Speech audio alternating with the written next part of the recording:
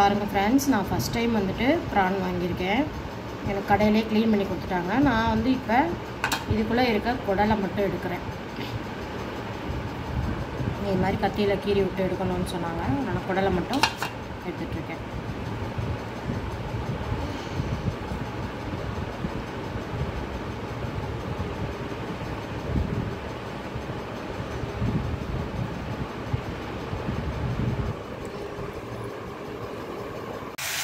இப்போ நான் prawn gravy செய்கிறேங்க.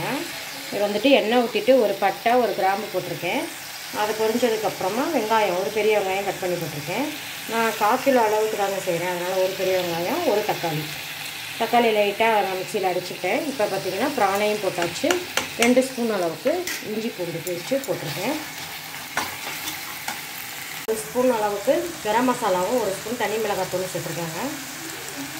பாருங்கள், இறால் கிரேவி ரெடி ஆகிடுச்சு சூப்பராக. நான் வந்துட்டு இதில் கொஞ்சோண்டு ஒரு 2 ஸ்பூன் அளவுக்கு தேங்காய் பேஸ்ட் அரைச்சது சேர்த்துட்டேங்க.